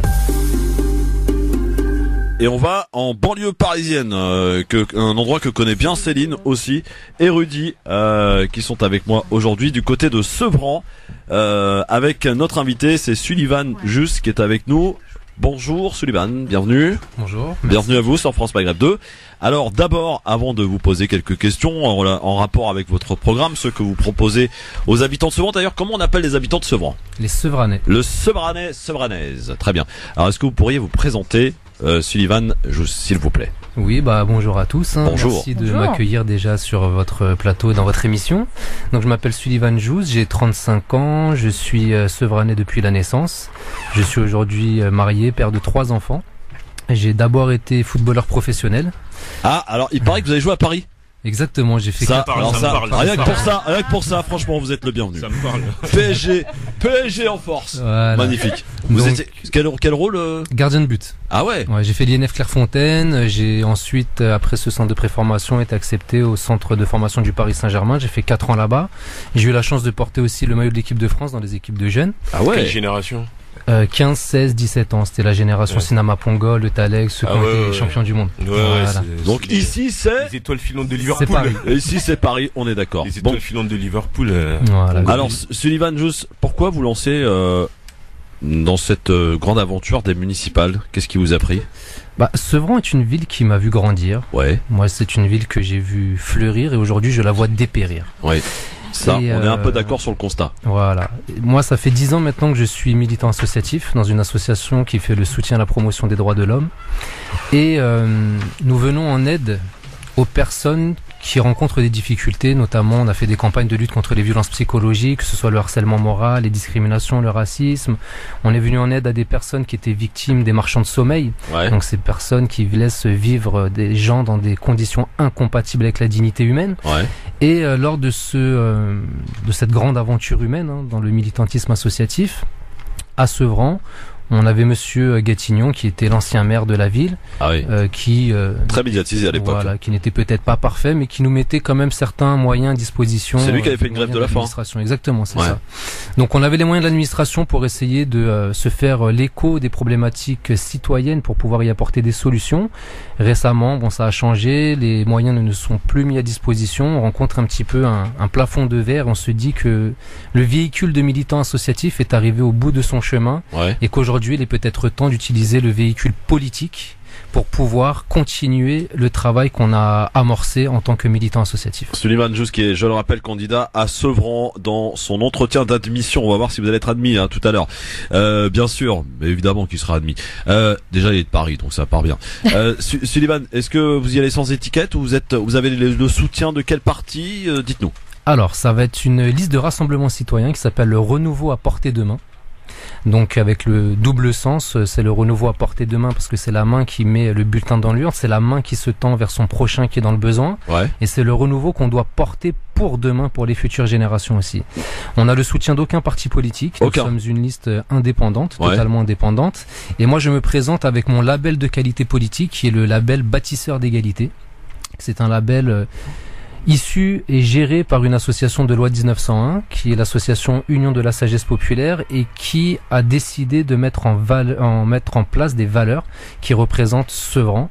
Donc chaque lettre de Sevran représente une valeur. Le S c'est la solidarité humaine, le E c'est l'égalité en droit, le V c'est le vivre ensemble sur un même territoire, très bien. Le R c'est le respect de la différence, le A ce sont les alliances d'intelligence et le N la nouveauté d'action. Donc c'était une manière de remettre aussi Sevran à l'honneur. Exactement, et puis il y avait toute une cohérence aussi dans la réflexion. Si j'ai 30 secondes pour expliquer aussi un peu cette cohérence dans ces valeurs, c'est que lorsqu'un bébé vient au monde, s'il n'y a pas quelqu'un pour faire un acte de solidarité, pour lui donner à manger, le nettoyer, il est malheureusement voué à mourir. Donc le premier acte de chaque être humain, c'est un acte de solidarité. Comme nous sommes tous différents en nature, la société vous garantit aujourd'hui une égalité en droit. C'est pour ça qu'on a posé l'égalité en droit. Cette égalité en droit vous permet de vivre sur un même territoire, mais ne vous garantit pas forcément de le faire de manière respectueuse. Donc juste après le vivre ensemble intervient le respect de la différence. Et lorsqu'on se respecte, ça permet de pouvoir discuter, de pouvoir faire connaissance et de créer des alliances d'intelligence. Et de ces alliances d'intelligence, créer la nouveauté d'action. J'ai pas vu beaucoup de joueurs de foot parler aussi bien. Et donc voilà, donc ce label de qualité politique, oui c'est vrai, Dorasso. Ce label de qualité politique aujourd'hui garantit des valeurs. On a voulu montrer à la population que lorsqu'ils ont un bâtisseur d'égalité en face d'eux, c'est une personne qui s'engage à respecter ces 6 valeurs. C'est un label qui peut être retiré en cas d'entrave à l'une de ces valeurs. Et aujourd'hui, j'ai décidé un petit peu de vouloir créer ce courant politique qui est le renouveau à portée de main et qui sera une liste de rassemblement qui contiendra à la fois des bâtisseurs d'égalité et à la fois des personnes qui ont le cœur chevillé au plus proche de leurs valeurs de cœur et qui voudront agir pour l'intérêt général et notamment l'intérêt des Sevranais. Alors on va rentrer dans le vif du sujet avec ce que vous proposez dans le programme, toutes les démarches liées à la salubrité dans l'habitat, l'urbanisme, la fonction publique, la lutte contre l'ensemble des incivilités qui polluent la vie des citoyens, le plus respectueux des valeurs de la République. Ça c'est dans le programme ça. Alors le programme, il est encore en cours d'élaboration, on a les grandes lignes, on a les grandes thématiques, mais on axe énormément sur la concertation. Nous, ça fait 10 ans qu'on est au plus proche de la population, donc on connaît très bien les problématiques sevranaises, mais aujourd'hui, on veut impliquer l'ensemble des citoyens dans la construction de ce projet. Donc nous, on a posé des grandes lignes. C'est le côté participatif peut-être ? Exactement. On veut absolument renforcer la démocratie participative. Moi-même, je fais partie du conseil citoyen qui aujourd'hui se plaint de ne pas avoir assez d'écoute. Et ce n'est pas, en fait, il y a 3 conseils citoyens dans la ville de Sevran, en plus des comités de quartier, et le constat est le même pour tout le monde. Aujourd'hui, les conseils citoyens, les comités de quartier font un travail remarquable sur le terrain, en termes de recensement des problématiques pour les remonter aux autorités municipales. Malheureusement, aujourd'hui, très peu de choses sont faites suite à ces constats. Donc, on veut absolument impliquer le plus possible de citoyens dans cette construction collective et construire et peaufiner ce programme avec tout le monde. Donc c'est pour ça qu'il y a les grandes thématiques, mais c'est encore en cours de peaufinage. Il sera sorti courant du mois de février. Qu'est-ce que vous allez proposer pour lutter contre la délinquance, parce qu'elle est extrêmement présente quand même à Sevran. Il y a quand même pas mal de problèmes. On sait qu'il y a eu beaucoup de règlements de compte aussi du côté des Bedottes. C'est vraiment un quartier qui est, on dirait, laissé à l'abandon. Alors aujourd'hui, beaucoup de Sevranais ont ce sentiment, souvent très justifié, d'être des citoyens de seconde zone, d'être un petit peu les oubliés de la République. Nous sommes dans des quartiers de reconquête républicaine, mais aujourd'hui, il y a beaucoup d'injustices dont ils sont victimes, pour lesquelles ils réclament que la justice s'applique, mais elle ne s'applique pas forcément. Et c'est difficile aujourd'hui de demander à des jeunes de respecter les valeurs de la République lorsque eux-mêmes, lorsqu'ils souhaitent les faire respecter à leur endroit, ne s'appliquent pas.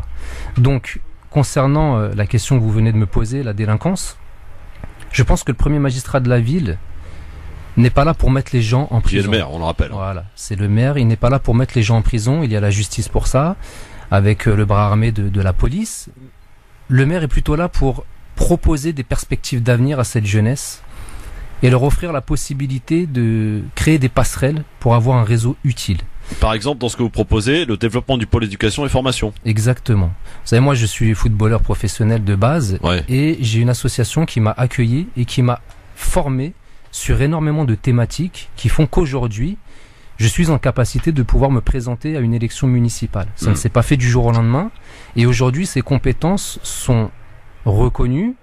J'ai beaucoup de propositions qui s'offrent à moi parce que j'ai eu un cursus de formation à l'intérieur de cette association. Donc je pense que si demain nous arrivons en responsabilité, il y aura un gros travail qui sera effectué en collaboration avec les associations qui font un véritable travail d'éducation et de formation. Alors, quand vous dites dans votre programme la mise aux normes des négligences administratives liées à l'ancienne gouvernance, à qui vous faites allusion ? La municipalité en place. Municipalité en place. Je vais prendre un exemple qui va illustrer un petit peu ces propos. Récemment, dans un bâtiment qui appartient à la ville, dans le quartier Rougemont, un bâtiment qui initialement est réservé pour accueillir des enseignants ou des agents municipaux, a accueilli ce bâtiment des personnes en situation d'urgence. C'est un bâtiment qui, par la négligence et le manque d'entretien, est devenu insalubre, avec des moisissures, des cafards, il n'y avait plus d'extincteurs, il y avait la possibilité, en cas d'incendie, même l'impossibilité plutôt d'éteindre le feu, alors que c'est un bâtiment qui est dans l'enceinte d'une école, donc avec un danger quand même imminent. Et ce bâtiment a voulu être dans un premier temps vendu, selon les dires du Parisien, par la municipalité en place, et donc monsieur le maire, monsieur Stéphane Blanchet, a voulu mettre tous les habitants de cet immeuble, à la rue. Donc nous on a créé une mobilisation, ça a permis de faire reloger des personnes, d'autres se sont retrouvés SDF, et une famille avec ses 4 enfants qui a été relogée dans un nouvel appartement de la municipalité. Au bout d'une semaine, le plafond s'est effondré dans 2 endroits de l'appartement avec 4 enfants en bas âge. Donc quand on parle d'insalubrité ou de négligence de l'administration en place aujourd'hui, ce n'est qu'un exemple. Après, on sait que aussi la municipalité, la Cour nationale des comptes s'est penchée sur les finances de la ville et le bilan n'était pas très joli, même si là, depuis 2 ans, apparemment, il y a un peu de mieux. Voilà, il y a beaucoup de négligence à beaucoup de points de vue, ne serait-ce qu'au niveau de la jeunesse aussi, parce que les jeunes aujourd'hui, on dit, ils sont délinquants, ils vendent de la drogue, ils ne font rien, etc. Mais qu'est-ce qu'on leur propose ? Comme je disais tout à l'heure, le maire, c'est un petit peu comme le bon père de famille. Il doit considérer ses administrés comme ses enfants, comme ses frères, comme ses sœurs, et il doit tout faire pour que chaque citoyen ait la chance de s'en sortir. Et quand je parlais de réseau utile tout à l'heure, un maire est une personne qui a un réseau. Il a un réseau à travers d'autres maires, avec des députés, avec des chefs d'entreprise. Pourquoi ne pas mettre en relation cette jeunesse avec ces personnes qui pourront leur indiquer comment monter l'entreprise, comment les réconcilier avec les valeurs de la République, avec des stages à l'Assemblée nationale, des visites de patrimoine, on va dire, nationaux, etc. Donc il y a beaucoup de choses à faire auprès de la jeunesse. Alors justement, Céline, bouge pas, tu vas avoir la parole dans un instant, justement pour savoir si, selon Céline et Rudy, il est admis en tant que futur maire de Sevran. Notre invité d'aujourd'hui, Suleiman Jous, candidat à Sevran. On le rappelle, parmi les choses que vous proposez, le renforcement des moyens de sécurité dans la commune, ça on en a parlé, l'amélioration de la démocratie locale pour une meilleure construction et développement d'avenir, l'amélioration des relations intergénérationnelles pour éviter tout sectarisme. Alors c'est quoi le sectarisme selon Suleiman Jous? Alors nous on part du principe chez les bâtisseurs d'égalité que la nation est un petit peu comme une maison. Lorsque vous avez des enfants, chaque enfant a sa propre chambre et a le loisir de la décorer comme il l'entend, selon ses goûts.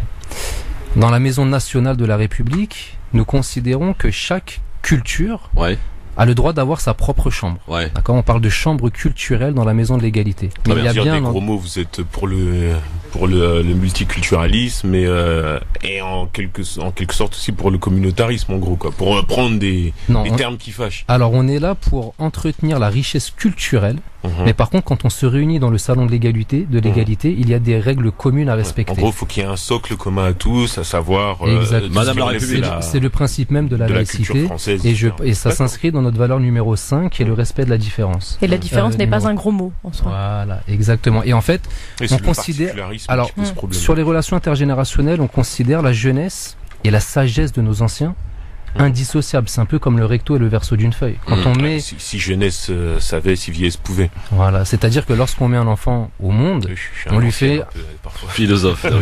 On fait un petit peu ce travail de ce devoir de mémoire, c'est-à-dire enseigner à cette jeunesse la sagesse des anciens qui nous-mêmes a été quelque chose de nouveau. C'est pour ça aussi qu'on parle de renouveau à portée de main. Lorsqu'un enfant naît, c'est quelque chose de nouveau. Du coup, on devait avoir une critique particulière par rapport aux réformes des retraites alors. Parce que il y a encore la question de l'employabilité qui se dresse derrière la question de la transmission de la sagesse et comment excusez-moi pour le terme barbare, mais recycler un petit peu donc les retraités qui normalement rentreraient dans une deuxième vie et qui pourraient être très utiles à la nation en fait, plutôt que de les parquer et de dire que voilà on appuie sur reset quoi. Alors je dirais pas que c'est un mot barbare parce que l'ADN politique des bâtisseurs d'égalité est l'écologie, mais dans le sens étymologique, c'est-à-dire que l'écologie de base c'est la science de l'habitat, parce que c'est tiré de deux mots grecs, on va pas faire la définition là, mais c'est vraiment l'habitat sous toutes ses formes, avec les différentes sphères socio-écologiques de chaque individu. Il y a la sphère familiale, communale, nationale et planétaire. Et on parle dans les 4 axes de cette écologie du recyclage, justement des personnes qui sont désorientées pour pouvoir les réorienter. On parle de recyclage social. Et donc concernant ces personnes, c'est vrai que la réforme des retraites est une problématique plutôt nationale. Un maire n'a pas forcément de pouvoir d'action directe dessus, mais je pense que les personnes âgées sont... Il y a des délégations sur l'intergénérationnel dans les mairies, etc. Alors, Suleiman Jous, notre invité candidat à la mairie de Sevran, Céline Bory pour une question. Moi, tout à l'heure, vous avez parlé de cette jeunesse, vous avez fait allusion aux décrocheurs en proposant des réseaux professionnels, des formations, si j'ai bien compris, pour leur donner de l'espoir. En revanche, on n'a pas abordé la question des RICS interquartiers. Et qu'est-ce qu'on peut faire? Enfin, qu'est-ce que vous, si demain vous êtes maire à Sevran, pour éradiquer ce phénomène qui est pas propre à Sevran, hein, mais qu'on sait qu'il est présent. Qu'est-ce que vous envisagez de faire par rapport à ça? Alors, encore une fois, je pense que c'est un gros travail d'éducation, dans le sens où, en tant que militant associatif, j'ai mis ces dernières années une action en place qui s'appelle le tournoi Urban Kart. Je ne sais pas si vous connaissez, c'est des overboards mais avec des petites chaises par-dessus. Ça fait comme des kartings électriques. Et en fait, j'ai créé un tournoi interquartier pour que les jeunes puissent faire connaissance depuis le plus jeune âge et partager des activités communes depuis leur tendre enfance. Ce qui fait que dans peut-être 10 ans, 15 ans, s'il y a des problématiques entre quartiers, ce sont des gens qui se seront déjà vus, qui auront déjà partagé une activité ludique ensemble. Donc je pense qu'il faut absolument recréer ces passerelles de communication entre les quartiers. On le voit aujourd'hui, ça fonctionne. Cette activité a eu un succès quand même assez retentissant, parce que ça a mobilisé énormément de monde. C'était déjà un projet écologique, c'était 100% électrique. Il y avait la notion d'égalité des chances, parce que vous soyez un garçon ou une fille, ça nécessite pas de force physique. La première année, c'est un garçon qui a gagné, la deuxième année, c'est une fille qui a gagné. Il y avait cette notion intergénérationnelle, parce qu'on l'a ouvert de 6 ans jusqu'à 99 ans et plus. Et créer ce genre d'événement permet vraiment de renouer le contact et le lien entre des personnes qui vivent dans des quartiers différents et qui de prime abord ne sont pas forcément en relation directe. Très bonne idée. Très bonne idée ça pour essayer de rétablir le dialogue. Juste parce qu'on est un peu pris par le temps. Rudy, une question s'il te plaît, et je compte sur vous pour être très rapide parce que il y a la dernière minute que je vous consacre et vous allez vous adresser aux habitants de Sevran, ce pourquoi il faut voter pour vous. Alors Rudy, question rapide. Ouais, là on a beaucoup parlé du social, mais maintenant sur la question économique, parce que le maire aussi il a des leviers de ce côté-là, faire venir des investisseurs, etc. Est-ce qu'il y a des terrains disponibles par exemple pour faire venir des entrepreneurs et tout, et est-ce qu'il y aurait des idées intéressantes, je sais pas, comme créer des zones franches pour l'employabilité en primeur des habitants de Sevran, etc. Voilà, qu'est-ce que vous avez dans ce sens? Là il y a le Grand Paris qui arrive à Sevran. Ah oui. Donc il y a les deux gares. Il y a le métro, une nouvelle métro qui arrive. Exactement. Donc il y aura 2 nouvelles gares à Sevran. Ah oui. Et je pense que pour pouvoir accueillir des entreprises, il faut que la ville soit attractive. Je pense que le plus gros défi aujourd'hui est de rendre Sevran attractif. On voit aujourd'hui de l'insalubrité sur nos routes, avec des trous partout. On voit des ordures partout dans nos villes. Je pense que ça ne donne pas envie à des potentiels entrepreneurs de s'installer dans cette ville. Donc je pense que pour faire venir une activité économique en évolution, il va falloir d'abord rendre cette ville attractive et donner envie aux gens de venir s'y installer. Faire les choses par étapes, quoi, en fait. Exactement. Et une toute dernière question, vraiment très courte, plus politique. Est-ce que il y a des alliances en vue éventuellement avec le second tour? Voilà, éventuellement. Alors, à l'heure actuelle, pas d'alliance au second tour. Mais il vous drague pas? Oui, on a eu des contacts, mais pour l'instant, on reste sur nos valeurs et pour le moment, c'est en discussion avec l'équipe, mais aucune alliance n'est envisagée au second tour. Sullivan Jousse, à vous de vous adresser aux habitants de Sevran et des Sevranais et Sevranaises qui nous écoutent aujourd'hui sur France Maghreb 2. Vous avez 1 minute pour nous dire pourquoi il faut voter pour vous le 15 et 22 mars. Chères Sevranaises et chers Sevranais, c'est une évidence dans le sens où la ville a besoin d'un renouveau et ce renouveau doit être porté aujourd'hui par une jeunesse compétente. Sevran a eu beaucoup de gens séduisants à sa tête. Je pense qu'il est temps aujourd'hui d'avoir des gens compétents et des gens compétents à Sevran. Il y en a énormément et aujourd'hui les compétences sont en train de se mutualiser pour l'intérêt général et pour construire un projet commun qui permettra à tout à chacun de se sentir bien à Sevran. C'est vrai que c'est un projet énorme parce que la ville est dans une situation qu'il va falloir redresser. Ça ne se fera peut-être pas en un jour, mais il faut garder l'espoir et je pense que tous ensemble, avec nos compétences qui seront solidarisées, mutualisées, on parle de bâtisseurs d'égalité, on considère chaque personne comme une brique d'intelligence. Il faut juste le ciment de la solidarité pour pouvoir construire un mur contre les inégalités. Presque la minute, dites donc. Bravo. On peut vous retrouver sur les réseaux sociaux ou pas, Sullivan? Oui, alors Sullivan Jousse BDE sur YouTube et sur Facebook. D'accord. Et après, il y a la chaîne nationale des bâtisseurs d'égalité. Bâtisseurs d'égalité. Merci d'être venu vous présenter à nous et surtout aux électeurs de Sevran et Sevran, les Sevranais et Sevranaises, oui. Rendez-vous le 15 mars dans les urnes. Merci beaucoup. Merci à bientôt. À vous pour votre accueil. À très bientôt. Le LGF sur France Maghreb 2, merci d'être avec nous. On remercie tous nos invités aujourd'hui. C'était sport, hein. Bon, on y est arrivé en tout cas. On est invités aujourd'hui, c'était intense. C'était intense, voilà. Rudy Kazi, c'est vrai. En plus, il aime bien discuter avec les invités après derrière. C'est bien, ça crée l'échange derrière. Il s'arrête jamais, Rudy. Ouais, Rudy, voilà. Ouais. Il s'arrête jamais notre Rudy. On l'aime beaucoup en tout cas. Allez, les amis. Aussi, je vous aime. Oui. Oh, quelle déclaration d'amour, trop de love dans cette émission. On va voir si tu vas nous aimer dans quelques instants.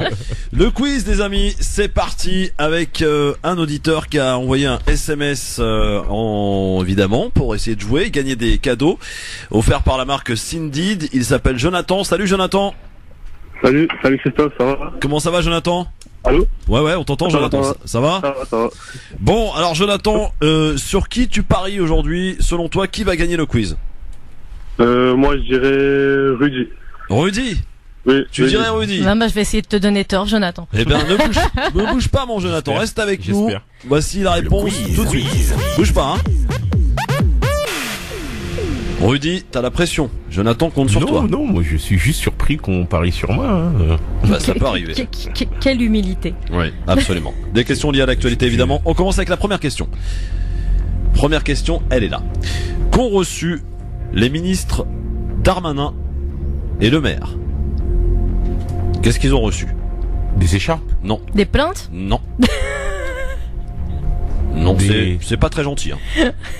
Des menaces de mort? Des menaces de mort, effectivement, oui. Bonne réponse. C'est des lettres de menaces de mort avec dedans et à l'intérieur des balles de revolver. C'est bien parti, Jonathan. Hein. Un premier point pour Rudy. Attention, deuxième question. Un député de quel pays offre une récompense de 3 millions de dollars, pour tuer le président Trump? Aux États-Unis. Non, le député de quel pays? Liban? Non. Iran? Ah. Je crois que c'est Rudy. Hein. Il me semble aussi. Hein. La barre. Il me semble que c'est Rudy ici. D'une fraction de seconde, c'est Rudy. Hein. Bon. 2-0. Je ne conteste pas. Hein. Non, vous remarquerez que... Tiens, Céline, c'est pour toi. Le compte Twitter de quel ex-candidat à la présidentielle a été piraté par une équipe de hackers turcs? En France? Ouais. Un candidat qui a été candidat. Non. Royal? Non. Hollande? Non. Il n'a pas été candidat en 2017. Dupont-Aignan? Non. Ah, en 2017? Oui. Marine? Non. Mélenchon? Non. Qui c'est qu'il y avait d'autres? Benoît Hamon. Non, c'est pas lui. Macron? Asselineau? Il y a eu qui? Pas Poutou? Je donne un indice? Vas-y. La Sartre. Comment il s'appelle? Bah oui, comment il s'appelle? Le candidat malheureux, on l'appelle. Oui, celui qui aime beaucoup l'argent. Fillon. Ah. C'est une bonne réponse. Il l'a eu, Rudy. J'avais même oublié qu'il avait. Jonathan, ça sent très très bravo. bon. Bah voilà. Non mais Qui a déclaré ceci? Il faut supprimer le droit du sol. Il faut également supprimer le droit d'asile. Dupont-Aignan? Non. C'est un polémiste. Zemmour est une bonne réponse. Ah, pourquoi je cherchais 3-1. Je cherchais quelqu'un d'autre. Qui a déclaré: la France sera intraitable face au nucléaire iranien? Macron est une excellente réponse, mais malheureusement, ça ne suffira pas. Bravo, ma chère Jonathan. Céline. Bravo Jonathan, tu as gagné. Rudy. Bravo Céline. T'as eu le nez fin, mon Jonathan, bravo. Ah, merci. Hein. Bah écoute, ne quitte pas, on va t'offrir donc des vêtements, un petit saroual que tu pourras offrir à ta femme, je sais pas si t'es marié, et puis un t-shirt marié, bon bah un petit saroual pour elle, et puis un t-shirt éventuellement pour toi, comme ça il y a pas de jaloux, offert par la marque Sindid, bien sûr. En tout cas. Merci à toi Jonathan, à très vite. Merci, bonne soirée. Jonathan est prophète, Jonathan. Oui, non, franchement oui, hein, parce que je l'avais pas vu venir celle-là. Tu sais que Céline est très forte, hein. Ouais, je sais. D'habitude. Ouais, mais là, tu vois, il y a des jours avec, il y a des jours sans. Ma Céline. Je sais pas, t'as vu. Après, il était trop vif sur la réponse de l'Iran. Ça s'est joué à peu en fait. C'est vrai. Et non, mais ça se joue à très peu. Il faut le savoir. Mais c'est un adversaire de taille, Rudy. Ouais. En tout cas, j'en suis sûr qu'il y en a qui ont écouté. J'en connais quelques-uns qui scrutent un petit peu ce qui se passe. Ah, mais il y en a qui tiennent le tableau à fond. Des vrais comptes d'apothicaire. En début de saison, j'avais dit que j'allais faire une remontada, mais bon, je suis moi-même surpris par ces quelques bons résultats. En fait, Rudy, c'est un peu comme Cavani. C'est-à-dire, il est là quand on ne l'attend jamais. On l'attend pas, il est là, Rudy. Tu vois, il débarque, paf, il marque, poum. Cavagol. Voilà, Cavagol. Pistolero. Qui va peut-être partir, malheureusement. Ah, j'espère pas qu'ils vont le retenir. Ouais. Mais en tout cas, si c'est pour rester dans ces conditions, qu'ils s'en aillent. Bon, ça vous a plu l'émission? Très bien. Intense, bien. Ouais. C'est passé vite, mais il y a eu beaucoup de choses à dire, beaucoup de choses à il est temps de partir maintenant. Mais va falloir qu'on pousse les murs du studio là. C'est clair, oui. Merci à tous, à demain, les amis. Salut Rudy, salut Céline. 18h de sa notoriété. Dans un instant, monsieur, comment il s'appelle? DJ Nabil, qui est là, bien entendu. Sophie Terrance, tout de suite pour l'actualité. Bonsoir. Bonsoir à toutes et à tous et bienvenue dans votre journal avec au sommaire ce soir, la tempête Gloria. L'Aude est toujours maintenue en alerte rouge, mais les Pyrénées-Orientales sont repassées en vigilance orange inondation, signe que la décrue est amorcée, même si l'inquiétude est toujours présente sur place, vous l'entendrez. Émotion et recueillement aujourd'hui en Israël, une quarantaine de dirigeants du monde entier étaient réunis pour commémorer le 75e anniversaire de la libération du camp d'Auschwitz. Emmanuel Macron était présent, le chef de l'État a rappelé son combat contre l'antisémitisme. Et puis enfin, aucun cas suspect de coronavirus chinois n'a été recensé en France. Déclaration cet après-midi de la ministre de la Santé, Agnès Buzyn. On fera le point dans un instant. Alerte rouge pour l'Aude, orange pour les Pyrénées-Orientales. Les deux départements toujours placés en vigilance pour des risques d'inondation à cause de la tempête Gloria. La décrue est amorcée, mais les pluies qui tombent depuis cet après-midi font craindre le pire. Voilà pourquoi les cours d'eau restent sous très haute surveillance, comme nous l'explique Alix Roumaniac, spécialiste météo et président de Predict Service. On l'écoute. Le redoule associé aux précipitations intenses qui sont en cours provoque une fonte de neige qui continue à augmenter le débit des cours d'eau. Une fois que cette crue sera passée, on va dire dans la journée et dans la journée de demain, le système météorologique va s'améliorer et la situation devrait s'améliorer. On devrait être dans une situation de décrue un peu générale. Propos recueillis par Boris Karlamov. Le parquet antiterroriste saisi et une enquête ouverte après la découverte d'engins explosifs dans un immeuble d'Épinal. Un homme a été arrêté ce matin. Une opération de grande ampleur menée par le RAID. Le suspect pourrait appartenir à une mouvance islamiste. Monique Olivier, de nouveau entendue demain dans l'enquête sur la disparition d'Estelle Mouzin. Lors de sa dernière audition en novembre dernier, l'ex-femme de Michel Fourniret avait mis à mal l'alibi de son mari dans cette affaire. Le tueur en série avait indiqué qu'il avait passé un coup de téléphone depuis la Belgique le soir de la disparition de la fillette, le 9 janvier 2003 en Seine-et-Marne. Des informations démenties depuis par Monique Olivier. L'Holocauste ne saurait être une histoire que nous pourrions manipuler ou utiliser ou revisiter. Les mots cet après-midi d'Emmanuel Macron. Le président français est à Jérusalem en Israël en compagnie d'une quarantaine d'autres dirigeants du monde entier. Il a assisté aux commémorations du 75e anniversaire de la libération du camp d'Auschwitz. À la tribune, Emmanuel Macron a également rappelé son combat contre l'antisémitisme. Face à ce nouvel antisémitisme, il ne faut rien céder. Nous nous battons par des lois, des textes, par la force de la loi, par une action résolue, par la protection, dans le monde réel comme dans le monde virtuel, car les discours de haine sont partout. Et il nous faut éduquer. Sans doute avons-nous raté quelque chose. Il nous faut être lucides pour que tant de nos enfants puissent, aujourd'hui, croire ce qu'ils croient, replonger dans l'abjection des pires préjugés et nourrir des haines que nous pensions avoir fait disparaître. Emmanuel Macron cet après-midi en Israël pour les commémorations du 75e anniversaire de la libération du camp d'Auschwitz. Deux villes chinoises en quarantaine. La décision de Pékin aujourd'hui pour éviter la propagation du coronavirus, responsable déjà de la mort de 17 personnes. Au moins 500 autres sont contaminés. Un nouveau virus qui inquiète le monde entier. D'ailleurs, l'Organisation mondiale de la santé poursuit ce jeudi sa réunion de crise. En France, les autorités se veulent plutôt rassurantes.